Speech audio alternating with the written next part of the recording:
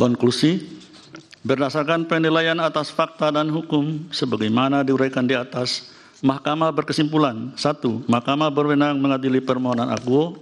2. Pemohon memiliki kedudukan hukum untuk mengajukan permohonan akuo. 3. Pokok permohonan pemohon tidak beralasan menurut hukum sepanjang pasal 169 huruf N Undang-Undang 7 2017. 4. Pokok permohonan pemohon kehilangan objek sepanjang pasal 169 huruf Q Undang-Undang 7 2017.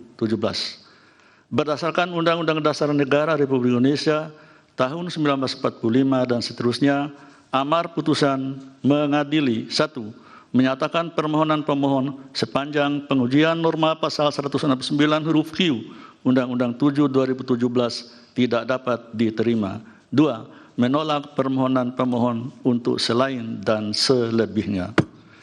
Pendapat berbeda, dissenting of opinion, terhadap putusan Mahkamah Konstitusi akuo, Hakim Konstitusi Suhartoyo memiliki pendapat berbeda sebagai berikut, dianggap dibacakan.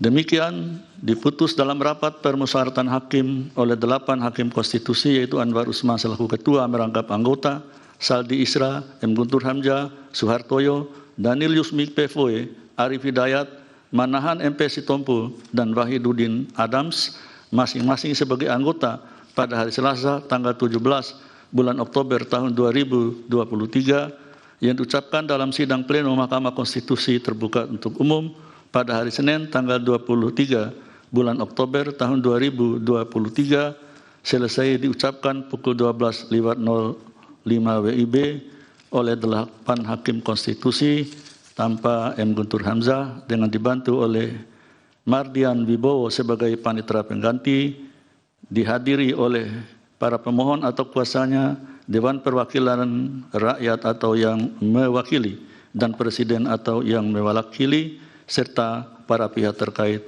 atau kuasanya. Dengan demikian, masih terakhir,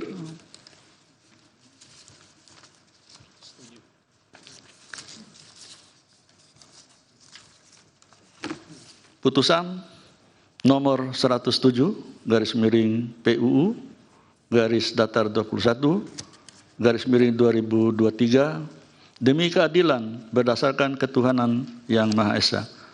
Mahkamah Konstitusi Republik Indonesia yang mengadili perkara konstitusi pada tingkat pertama dan terakhir menjatuhkan putusan dalam perkara pengujian Undang-Undang Nomor 7 Tahun 2017 tentang pemilihan umum terhadap Undang-Undang Dasar Negara Republik Indonesia tahun 1945 yang diajukan oleh Rudi Hartono SH MH.